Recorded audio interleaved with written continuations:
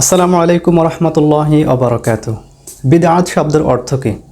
বিদআত শব্দের অর্থ হলো কোনো কিছু নতুনভাবে আবিষ্কার করা অথবা কোনো কিছু নতুনভাবে আবিষ্কৃত হওয়া, যার দৃষ্টান্ত পূর্বে কখনোই ছিল না। আল্লাহ সুবহানাহু ওয়া তাআলা বলছেন, বাদিউস সামাওয়াতি ওয়াল আরদ। আল্লাহ হলেন আসমান জমিনের বিদআতকারী। আল্লাহ, এটা আবার কেমন কথা? আল্লাহ আসমান জমিনের বিদআতকারী, যার অর্থ হলো তিনি আসমান জমিনকে সৃষ্টি করেছেন যার ইতিপূর্বেই কোনো অস্তিত্ব ছিল না। এবং রসুল সাল্লাল্লাহু আলাইহি ওয়াসাল্লাম যখন কুরাইশদেরকে বললেন যে আমি তোমাদের কাছে রসুল হিসেবে প্রেরিত হয়েছি, তখন কুরাইশরা বলল, আরে কি বলে এসব? এ নাকি রসুল? বাজারে যায়, আমাদের সাথে কথা বলে, সে খাবার খায়, এটা কিভাবে রসুল হতে পারে? তখন আল্লাহ সুবহানাহু ওয়া তাআলা রসুলকে বলতে বললেন, হে রসুল, আপনি বলুন, মা কুনতু বিদআম মির রসুল, আমি রসুলদের মধ্যে নতুন কোনো রসুল নই। অর্থাৎ তোমরা তো জানো, ঈসা, মুসা, ইলিয়াস, ইব্রাহিম, ইসমাইল আলাইহিমুসসালাতু ওয়াসসালাম, তারা সকলেই গত হয়ে গেছে, তারা সকলে ছিল এবং তোমরা সেটা মানো এবং তোমরা নিজেদেরকে গর্বিত মনে করো যে তোমরা তাদের উত্তরসূরি। যদি তোমরা এই উত্তরসূরি হিসেবে নিজেদেরকে গর্বিত মনে করো এবং রসুল এবং নবী এটা যে সত্য আসতে পারে দুনিয়াতে, তাহলে তোমরা কেন আমাকে মানছো না? এই আয়াতের মূল উদ্দেশ্য হলো আল্লাহ সুবহানাহু ওয়া তাআলা এখানে বিদআত শব্দ উল্লেখ করেছেন। মা কুনতু বিদআম মির রসুল, আমি নতুন কোনো রসুল নই, আমার পূর্বে আরও অনেক রসুল এসেছিল, তারা সকলেই গত হয়ে গেছে। তো আমি এই কথাটা এই জন্যে বলছি, আমাদের সমাজে বিদআত বলতে এমন কিছু বোঝানো হয় যেটা হারামের পর্যায়ে চলে গেছে। অর্থাৎ বিদআত শব্দ শুনলেই মনে হয় এটা যেন খারাপ, এটা হারাম কোনো কিছু। কিন্তু বিদআত মানেই খারাপ কিছু না, বিদআত ভালো কিছু হতে পারে, বিদআত পজিটিভ অর্থ হতে পারে, বিদআতের ইতিবাচক অর্থ হতে পারে।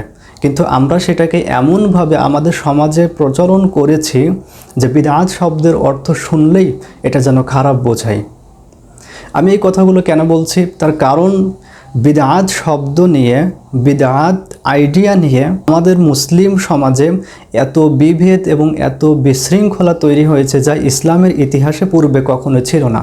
এই জন্য আমি বিদআত নিয়ে আপনাদের সামনে কিছু কথা বলবার চেষ্টা করব, যাতে করে সাধারণ মানুষ এই বিষয়গুলি কিছুটা হলেও উপলব্ধি করতে পারেন। কারণ সাধারণ মানুষ এই বিষয়ে অজ্ঞ, তারা জানে না। এবং এক শ্রেণীর লোক বা এক শ্রেণীর বক্তা অথবা এক শ্রেণীর আলেম, আপনি যাই বলেন না কেন, তারা এই অজ্ঞতাটাকে কাজে লাগিয়েই তারা তাদের নিজেদের ফায়দা লুটে নিচ্ছে। তো আমরা যত বেশি এই বিষয়ে অজ্ঞ থাকব, অন্যরা তত বেশি আমাদের উপরে চেপে বসবে। তো বিদআত শব্দের অর্থ কী? বিদআত কি? বিদআত আসলেই কি খারাপ, নাকি বিদআতের মধ্যে আসলে অনেক ক্লাসিফিকেশন আছে, শ্রেণী বিভাগ আছে? এই জিনিসগুলি না জানলে আমরা সাধারণভাবে মানুষের ট্র্যাপে পড়তে পারি। তো চলুন আমরা বিদআত নিয়ে একটু বোঝার চেষ্টা করি, যাতে করে যে কেউ যখন বিদআত বলে তখনই আমরা যেন সেটার উপরে উত্তেজিত না হয়ে উঠি, অথবা সেটা নিয়ে আমরা নিজেদের মধ্যে কোন্দল তৈরি না করি। তো বিদআত শব্দের অর্থ আমরা ইতিপূর্বে জেনেছি যে বিদআত শব্দের অর্থ কোনো কিছু নতুনভাবে আবিষ্কার হওয়া অথবা কোনো কিছু নতুনভাবে আবিষ্কার করা, এতটুকু পর্যন্ত। এখন প্রশ্ন হলো যে শরীয়তের দৃষ্টিতেও কি একই অর্থ আসে? অর্থাৎ আমি এটা তো বুঝলাম যে লুগাউই অর্থ, অর্থাৎ শাব্দিক অর্থ, ভাষাগত অর্থ, যে বিদআত মানে কোনো কিছু নতুনভাবে আবিষ্কৃত হওয়া অথবা কোনো কিছু নতুনভাবে আবিষ্কার করা। শরীয়তের দৃষ্টিতে কি একই অর্থ আসে? হ্যাঁ, উত্তর মাঝে মাঝে আসে, মাঝে মাঝে আসে না। মাঝে মাঝে আসে, মাঝে মাঝে আসে না। অর্থাৎ শরীয়তের দৃষ্টিতে, অর্থাৎ শরীয়ত বলতে আমাদের যে হুকুম আহকাম আমরা মেনে চলি, ইসলামের যে হুকুম আহকাম, আইন কানুন, এই বিষয়ের মধ্যে বিদআত যে অর্থে ব্যবহার করা হয়, মাঝে মাঝে ভাষাগত অর্থ আসে, মাঝে মাঝে আবার অন্য অর্থেও আসে। তো ইসলামের দৃষ্টিতে বিদআত বলতে খারাপ অর্থেই বোঝানো হয় শরীয়তের দৃষ্টিতে। তাহলে এখানে সমস্যাটা কি? সমস্যা হলো যে বিদআত মানেই খারাপ অর্থ না। যারা এই কথাগুলি প্রচার করেন, প্রসার করেন, তারা জেনে অথবা না জেনে তারা এটাকে ভুলভাবে প্রচার করেন। বিদআত মানেই খারাপ কিছু না। আমি কেন এই কথাগুলি বলছি? কারণ আমরা যদি ইতিহাসের দিকে তাকাই, আমাদের সাহাবীদের দিকে, সলফে সালেহিনদের দিকে, আমরা দেখতে পারি অনেক কিছু তৈরি হয়েছে যেটা নতুনভাবে হয়েছে, যার কোনো অস্তিত্ব পূর্বে ছিল না।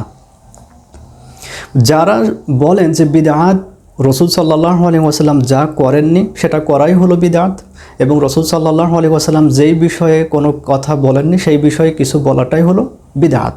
আচ্ছা, এখন আপনি যদি দেখেন সাহাবীদের দিকে, যে সাহাবীরা যে কাজটি করেছে, আপনি ওমর রাদিয়াল্লাহু আনহু দিকে দেখেন যে তিনি তারাবির নামাজ 20 রাকাত প্রচলন করেছেন, যেটা ভালো বিদআত, এবং তিনি নিজেই এটা বলেছেন এটা হলো নি'মা বিদআতুল হাসানা, এটা হলো উত্তম বিদআত।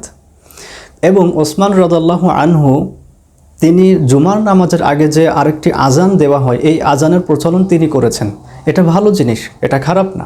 আমরা কখনোই বলতে পারি না যে তারা, অর্থাৎ ওসমান রাদিয়াল্লাহু আনহু, সাহাবী, খুলাফায়ে রাশিদিন, তারা বিদআত কাজ করেছে যেটা জাহান্নামে নিয়ে যাবে, নাউযুবিল্লাহ। এছাড়াও আপনি দেখতে পাবেন এই যে কোরআন শরীফ, কুরআনুল কারীম, যা কখনোই একসাথে ছিল না রসুল সাল্লাল্লাহু আলাইহি ওয়াসাল্লামের সময়। অর্থাৎ রসুল সাল্লাল্লাহু আলাইহি ওয়াসাল্লামের সময় কোরআন ছিল গাছের বাকলে লেখা, চামড়ার উপরে লেখা, পাথরের উপরে লেখা, এরকম বিভিন্ন জায়গায় লেখা ছিল বিভিন্নভাবে, খণ্ড বিখণ্ড আকারে।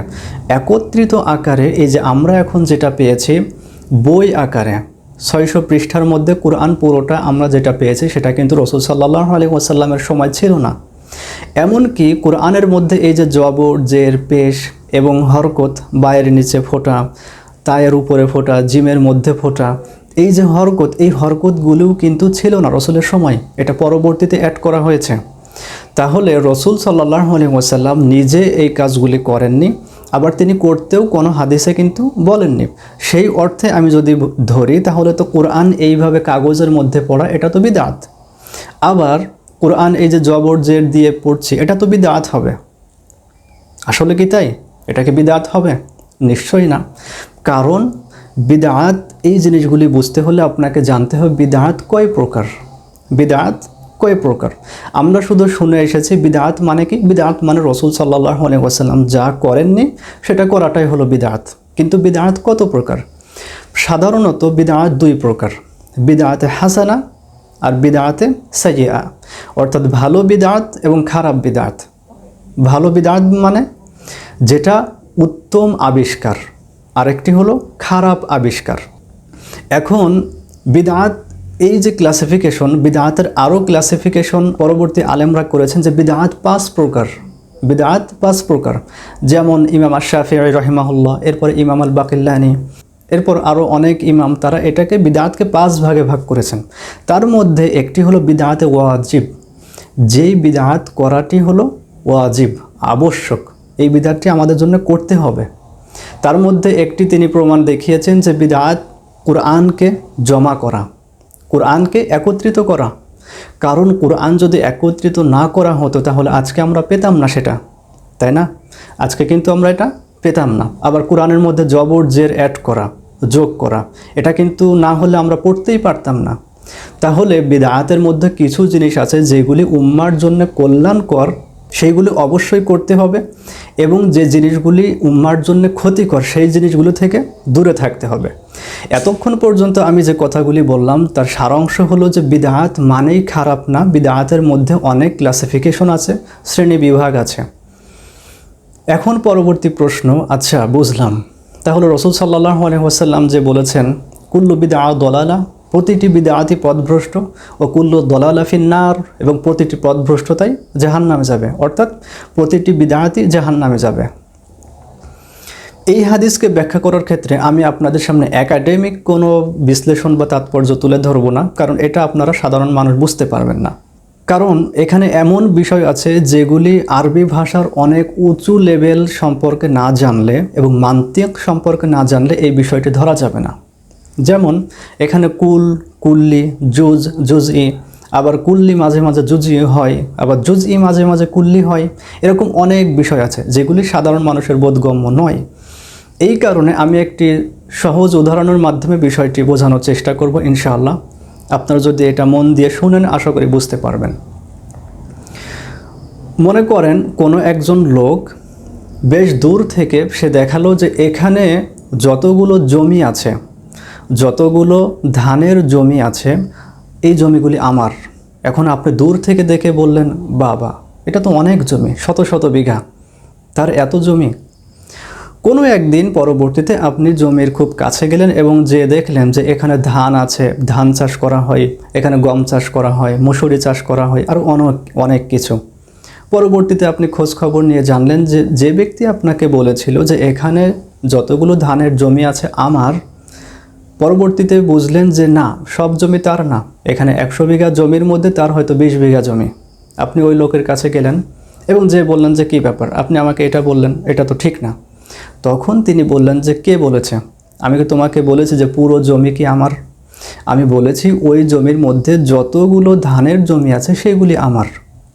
তুমি তো বুঝে নিয়েছো ওখানে সব জমি আমার, কারণ তুমি দূর থেকে দেখেছো এবং দূর থেকে দেখেই মনে করেছো সব ধানের জমি, আর সব ধানের জমি আমার। কুল্লু বিদআত দলালা, রাসূল সাল্লাল্লাহু আলাইহি ওয়াসাল্লাম বলেছেন প্রতিটি বিদআত হলো দলালা। এই বিদআতের মধ্যে বিদআতে সাইয়্যিআ, এই সাইয়্যিআ বলতে তিনি কুল্লু বুঝিয়েছেন এখানে। অর্থাৎ বিদআতের আমরা কিন্তু কি দেখেছি, অনেক ক্লাসিফিকেশন আছে, শ্রেণী বিভাগ আছে, ভালো আছে, খারাপ আছে, মাকরু আছে, হারাম আছে, এরকম অনেক শ্রেণী বিভাগ আছে। তার মধ্যে যেগুলি সাইয়্যিআ অর্থাৎ খারাপ বিদআত, যেটা উম্মাতের জন্য অকল্যাণকর, যেটা শরীয়তের দৃষ্টিতে হারাম, তিনি এখানে ওই বিদআতকে বুঝিয়েছেন স্পেসিফিক করে তিনি এখানে ওই বিদআতই বুঝিয়েছেন। কিন্তু আমি তো বুঝে ফেলেছি কুল্লু বিদআত বলতে এখানে তিনি সব কিছু বুঝিয়েছেন। সেটা হতে পারে ভালো বিদআত, সেটা হতে পারে খারাপ বিদআত, সেটা হতে পারে বিদআতে ওয়াজিব, সেটা হতে পারে বিদআতে মাকরুহ, সেটা হতে পারে বিদআতে মুবাহ। আমি এখানে সব কিছু বুঝে নিয়েছি। এখনও দোষটা কার? দোষটা অবশ্যই সেই সব আলেম শ্রেণীর যারা জেনে অথবা না জেনে, পড়াশুনো করে অথবা পড়াশুনো না করে তারা মানুষের মাঝে ব্যাখ্যা বিশ্লেষণ করে বেড়ায়। এই জন্যে বিদআত মানেই যে খারাপ জিনিস এটা কিন্তু নয়।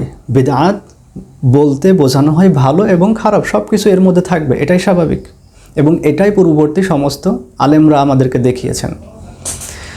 এখন আপনি বলতে পারেন আচ্ছা, তো বুঝলাম যে কুল্লু শব্দের অর্থ অর্থাৎ সব, কুল্লু শব্দের অর্থ হলো সব, এই সব বিদআত বলতে এখানে বিদআতে সাইয়্যিআ বোঝায়। তাহলে রাসূল সাল্লাল্লাহু আলাইহি ওয়াসাল্লাম তিনি আরেকটা হাদিসে বলছেন যে এমন কোনো কাজ যেটা আমরা করিনি, সেই কাজটি যদি কেউ আমাদের এই ধর্মের মধ্যে করে ফাহুয়া রদ্দুন ফাহুয়া রদ্দুন ফাহুয়া রদ্দুন, সেটা বাতিল, পরিত্যক্ত, পরিত্যাজ্য। এটার অর্থ কি? এটার অর্থ হলো যে শরীয়তের দৃষ্টিতে যখন কোনো কিছু বিদআত হিসেবে সাব্যস্ত হয় তখন অর্থ হলো যে রাসূল সাল্লাল্লাহু আলাইহি ওয়াসাল্লাম এবং আল্লাহ সুবহানাহু ওয়া তাআলা যেই বিষয়কে তিনি যতটুক সীমানা দিয়েছেন ওই সীমানার মধ্যে যদি কেউ অন্য কোনো কিছু করে তাহলে সেটা বিদআত হবে। যেমন নামাজ পড়া ভালো জিনিস, 5 ওয়াক্ত নামাজ। এখন আপনি বললেন যে ঠিক আছে 5 ওয়াক্ত ভালো জিনিস, তাহলে আমি 6 ওয়াক্ত পড়ব, অথবা আমি ফজরে উঠতে পারি না, আমি 4 ওয়াক্ত করে পড়ব, তো 4 ওয়াক্ত নামাজ আমি আমার জন্যে ফরজ করে নিলাম। এটা হলো বিদআত, অর্থাৎ এটা আমাদের ধর্মের মধ্যে, আমাদের ইবাদতের মধ্যে নাই, আপনি এটা নতুন যোগ করেছেন। আবার নামাজের মধ্যে 1 রাকাত নামাজের 2টি সিজদা, আপনি বললেন যে যেহেতু সিজদা দেওয়া ভালো জিনিস এই কারণে আমি 2-3টা করে সিজদা দিব, আরও একটা সিজদা বাড়িয়ে দিব। এটা হলো বিদআত। অর্থাৎ রাসূল সাল্লাল্লাহু আলাইহি ওয়াসাল্লাম এবং আল্লাহ সুবহানাহু ওয়া তাআলা তারা যেই বিষয়ে যতটুক সীমানা দিয়েছেন ততটুক সীমানা অতিক্রম করলেই সেটা হলো বিদআত। এখন প্রশ্ন হলো যে রাসূল সাল্লাল্লাহু আলাইহি ওয়াসাল্লাম এমন অনেক কাজ করেননি যেটা আমরা এখন করছি, তাহলে সেটাও কি বিদআত হবে? প্রশ্ন হলো এখানেই যে যেই কাজ রাসূল করেননি সেই কাজ করাটাই কি বিদআত? এখানেই হলো সবথেকে গভীর আলোচনার বিষয় এবং তাউইলের বিষয়। তাউইল মানে ব্যাখ্যা, তাৎপর্য, ইস্তিমবাত, মাসালা ইস্তিমবাত করার বিষয়। কারণ আমরা দেখেছি যে রাসূল সাল্লাল্লাহু আলাইহি ওয়াসাল্লাম অনেক কাজ করেননি যেটা পরবর্তী সাহাবীরা করেছে। যেমন কোরআন নিয়ে, কোরআনের হরকত নিয়ে, এরপরে কোরআনকে জমা করা নিয়ে, কোরআনের ইরব নিয়ে অর্থাৎ জের জবর পেশ এইগুলি যোগ করার ক্ষেত্রে। তাহলে এইগুলি কিন্তু কি, এগুলি বিদআত হিসেবে সাব্যস্ত হচ্ছে। আবার তারাবির নামাজ, আবার জুমার নামাজের আগে যে আজান, এরপরে আমরা যে হাদিস পাই, যে হাদিসগুলি পড়ি বুখারী, মুসলিম, এইগুলো কিন্তু রাসূলের সময় ছিল না এবং এইগুলি রাসূলের সময় কিন্তু এইভাবে বই আকারে আসেনি। তাহলে এটা তো আমরা এখন পড়ছি, তাই না? তাহলে সেই অর্থে আমরা কিন্তু বলতে পারি না যে রসুলের সময় যেটা করা হয়নি সেটা করাটাই বিদআত। যদি এমন হয় তাহলে আপনি তাদেরকে প্রশ্ন করুন, আচ্ছা আপনারা যেহেতু এই কথা বলছেন, তাহলে এই যে মাদ্রাসা করা, এই যে মসজিদ করা, এই যে বক্তব্য দেওয়া, মাহফিল করা, সেমিনার সিম্পোজিয়াম করা, এইগুলো কি বিদআত? তখন তারা বলবে না, এটা তো বিদআত না। আপনি তাদেরকে প্রশ্ন করুন যে আপনি এই যে হজে যান, হজে বিমানে যান, রসুলের সময় কি বিমান ছিল? তারা বলবে না। আপনি মাইকে বক্তব্য দেন, মাইকে কি বক্তব্য দেওয়া কি রসুলের সময় ছিল? তারা বলবে না। তারা তখন এই কথা বলবে যে এগুলো তো দুনিয়ার অর্থে, দুনিয়াদারির অর্থে এগুলি আসে। দুনিয়াদারির মধ্যে কোনো কিছু নতুন ঘটালে সেটা বিদআত হয় না, শরীয়তের মধ্যে কোনো কিছু নতুন কিছু ঘটালে সেটাই বিদআত হয়। খুব ভালো যুক্তি। এখন আপনি তাদেরকে প্রশ্ন করুন, আচ্ছা আপনি এই যে ফাউন্ডেশন করেন, এই যে মাদ্রাসা করছেন, এইগুলো কি দুনিয়াদারির অর্থে নাকি পরকালের অথবা শরীয়তের অর্থে? তারা অবশ্যই বলবে এটা শরীয়তের অর্থে। কারণ আপনি যদি এটা শরীয়তের অর্থে না ধরেন, তাহলে আপনি মানুষকে কেন এখানে দান করতে বলছেন? এটা দান করলে সওয়াব হবে, এখানে দান করলে দোজাহানের অশেষ নেকি হাসিল হবে, ইত্যাদি ইত্যাদি কত কথা। তাহলে বোঝা গেল যে আপনি দিনের মধ্যেও কিন্তু নতুন কিছু ঢোকাচ্ছেন ধর্মের মধ্যে, কিন্তু সেটা কিন্তু ইসলাম না। সেটা কি? সেটা কিন্তু ইসলাম না। আপনি কখনোই বলতে পারবেন না যে মাদ্রাসায় ভর্তি হওয়া মানেই সে মুসলিম, মাদ্রাসায় যদি কেউ না পড়ে তাহলে সে মুসলিম হতে পারবে না। তাহলে এইরকম অর্থে যদি আপনি নেন তাহলে কোনো সমস্যা নেই।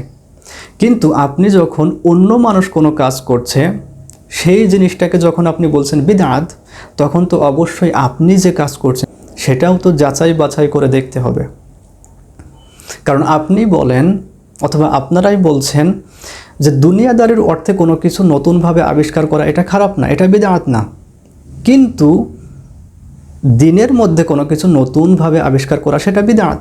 তাহলে আপনারা যে মসজিদ, মাদ্রাসা, সেমিনার, সিম্পোজিয়াম, বক্তব্য, মাহফিল এই সব কিছু করছেন, তাহলে এটা কি দিনের অংশ নাকি দুনিয়ার অংশ? অবশ্যই দিনের অংশ। দিন বলতে ধর্মের অংশ। আপনারা কিন্তু কখনোই বলেন না যে এটা করলে শুধুমাত্র দুনিয়ায় সুখ পাবে, বরঞ্চ এর উল্টো। আপনারা সবসময় বলছেন এটা করলে দুনিয়াতে কিছু না পাইলেও আখিরাতে আপনারা উত্তম যাজা পাবেন, উত্তম প্রতিদান পাবেন। তাহলে তো এটা ধর্মেরই অংশ হচ্ছে, তাই না? এটা তো ধর্মেরই অংশ হচ্ছে। তাহলে বোঝা গেল যে তারা যে যুক্তিটি দেন এটা কিন্তু আসলে ভালো কোনো যুক্তি না। তাদের কাছে কোনো প্রপার দলিল বা প্রপার যুক্তি তাদের কাছে নাই। তো এই অর্থে যে কোনো কিছু রসুল সাল্লাল্লাহু আলাইহি ওয়াসাল্লামের সময় করা হয়নি তার মানে পরবর্তীতে করা এটা বিদআত, এই অর্থ কখনোই কোনো আলেম গ্রহণ করেননি। এটা বর্তমান সময়ের একটি প্রোপাগান্ডা। এটা বর্তমান সময়ের কিছু আলেম বা কিছু মানুষের বা এক শ্রেণী গোষ্ঠীর এটা খুব ভালো একটি আইডিয়া, যার মাধ্যমে সহজ সরল মানুষকে, যারা এই সম্পর্কে অজ্ঞ, তাদেরকে তারা ডাইভার্ট করতে পারেন। এর পরবর্তী প্রশ্ন আসে যে রসুল সাল্লাল্লাহু আলাইহি ওয়াসাল্লাম যেটাই করেননি সেটা না করাটাও ভালো, তাহলে সবাই যে যার ইচ্ছা মতো নিজের যা ইচ্ছা তাই করবে। এখানেই হলো মূল কথা, যে যা ইচ্ছা করবে এটা করাটা কিন্তু খারাপ না, কিন্তু করার নামকরণটাই হলো খারাপ। যেমন আমি যদি নামাজের পরে মুনাজাত করি এবং আমি যদি মনে করি যে মুনাজাত না করলে নামাজ হবে না এবং মুনাজাত রসুল করেছেন, মুনাজাত করাটি সুন্নাত, এটা যদি আমি দ্বীনের অংশ মনে করি তাহলে সেটা বিদআত। যদি আমি দ্বীনের অংশ না মনে করি তাহলে সেটা কখনোই বিদআত হবে না। সেটা কি? কখনোই বিদআত হবে না। বিদআত কোনো কিছু কর্মের মধ্যে না, বিদআত মূলত কোনো চিন্তায় এবং নামকরণের মাধ্যমে। আমি কোনো কাজ করছি এবং সেই কাজ করাটিকে আমি বলছি এটি হলো সুন্নাত, এটি রসুল করেছেন কিন্তু রসুল করেননি। রসুল কুরআন জমা করেছেন, কেউ বলেনি, তারা করেছেন উম্মার ভালোর জন্যে, তারা করেছেন তাদের সমসাময়িক মুসলিমদের কল্যাণের জন্য, কিন্তু কেউ কিন্তু বলেনি যে রসুলের সময়ও কুরআন একত্রিত ছিল। তো মূল বিষয় হলো যে কোনো কিছু করাটাই বিদআত না, কোনো কিছু কিভাবে করছি সেটাই হলো বিদআত। ঠিক আছে? সেটা যদি কোরআন সুন্নাহর পরিপন্থী না হয়, অর্থাৎ আমি এমন কাজ করছি যেটা আসলে ইসলামে নাই, কিন্তু সেটা আমাকে ইসলামের দিকে নিয়ে আসছে, সেটা আমাকে কি করছে? ইসলামের দিকে নিয়ে আসছে। কিন্তু আমি যদি এমন কাজ করি, ঢোল তবলা বাজাই, গান গাই, এরপরে অশ্লীলতার দিকে চলে যায়, মানুষকে কোরআন হাদিস থেকে আরও দূরে সরিয়ে রাখে, তাহলে সেটা স্পষ্টতই বিদআত। আশা করি ক্লিয়ার হয়েছে আপনাদের। তো মূল যে সারাংশ আমার কথা সেটা হলো বিদআত মানে কোনো কিছু নতুনভাবে আবিষ্কার হওয়া, কোনো কিছু নতুনভাবে আবিষ্কার করা। এটি আরবি শব্দ ইনোভেশন, ইংলিশে যেটাকে বলা হয় ইনোভেশন। এরপর বিদআত শরীয়তের দৃষ্টিতে আমরা যে অর্থে বিদআত বলি সেইটা হলো বিদআতে সাইয়্যিআ, বিদআতে সাইয়্যিআ। কিন্তু বিদআতের মধ্যে আরও অনেক ক্লাসিফিকেশন আছে, অনেক শ্রেণী বিভাগ আছে। তার মধ্যে ভালো বিদআত আছে, খারাপ বিদআত আছে। এরপরের পরবর্তী প্রশ্ন, রাসূল সাল্লাল্লাহু আলাইহি ওয়াসাল্লামের সময় যা কিছু করা হয়নি সেটা করাটাই কি বিদআত? না, সেটা করাটাই বিদআত না, কিন্তু সেটা দিন মনে করা বিদআত। সেটা কি মনে করা? দিন মনে করা বিদআত। যারা বলছেন যে এটা করা বিদআত, নামাজে মুনাজাত করা বিদআত, তাদেরকে আপনি প্রশ্ন করুন, এই যে আপনার মাদ্রাসার দিকে মানুষকে ডাকছেন, আপনি নিজে একটা দল তৈরি করেছেন, এই দলগুলো কি রাসূলের সময় ছিল নাকি? আপনি যে কাজটি করছেন যে আমার দলেই আসলেই তুমি ভালো পথে থাকবে, আমার দলে আসলেই তুমি জান্নাতের পথে থাকবে, এটাই তো স্বয়ং একটি বিদআতি চিন্তা। বিদআত শুধুমাত্র কর্মের মধ্যে হয় না, বিদআত চিন্তার মধ্যে হয়, বিদআত আপনার কথার মধ্যে হয়, বিদআত আপনার কর্মের মধ্যে হয়। তো তারা যে চিন্তা করছেন, তারা যে আইডিয়া প্রচার করছেন, এটাও তো বিদআত। কারণ রাসূলের সময় কোনো সাহাবী বলেননি যে তুমি আমার দলে আসো তাহলে তুমি ঠিক পথে চলে যাবে, যদি আমার দলে না থাকো তাহলে তুমি গোমরা। কেউ কিন্তু এভাবে বলেনি। তাহলে আপনি কেন বলছেন? এটা তো বিদআত। তো যা হোক, রাসূলের সময় যা কিছু করা হয়নি সেটাই কিন্তু বিদআত না, কিন্তু সেটাকে কিভাবে নামকরণ করছি সেটার উপরে ভিত্তি করে বিদআত অথবা বিদআত না। এর পরবর্তী প্রশ্ন যে যারা এইগুলি কাজ করেন তারা কি জানেন না? তারা হয়তো জানেন অথবা জানেন না, কিন্তু তারা নিজেদের স্বার্থের জন্য অনেক সময় অনেক কিছু গোপন রাখেন, যাতে করে তারা নিজেদের দিকে মানুষকে আহ্বান করতে পারেন, নিজের দলের দিকে মানুষকে টানতে পারেন। যদি আপনি এইভাবে সব কিছু খোলামেলায় মানুষের সামনে উপস্থাপন করে দেন, তাহলে তো নিজস্বতা আর থাকলো না, তখন মানুষ ফ্রি হয়ে গেল, তখন মানুষ শুধুমাত্র আপনার মধ্যে বন্দী থাকলো না। এই জন্য হয়তো অনেকেই ইসলামের সঠিক বিষয়, ইসলামের সঠিক উসুলুল ফিক এই জিনিস জানা সত্ত্বেও প্রচার করতে পারেন না বা প্রচার করেন না। তো এখানে খুব গুরুত্বপূর্ণ বিষয় যে বিদআত রাসূল যা করেননি সেটা করাটাই কিন্তু বিদআত না। সেটা কিভাবে করছি, কোন প্রেক্ষাপটে করছি, কিভাবে নামকরণ করছি, এটার সাথে সম্পৃক্ত হলো বিদআত অথবা বিদআত না। তো আশা করি আপনারা কিছুটা হলো বিদআত সম্পর্কে বুঝতে পেরেছেন, এবং কারোর কোনো প্রশ্ন থাকলে অবশ্যই আপনি ইনবক্স করতে পারেন। আর যদি মনে করেন আপনি উপকৃত হয়েছেন, অন্য মানুষ এখানে উপকৃত হতে পারে, অবশ্যই তাদের কাছে আপনি শেয়ার করবেন। আসসালামু আলাইকুম ওয়া রাহমাতুল্লাহি ওয়া বারাকাতুহু।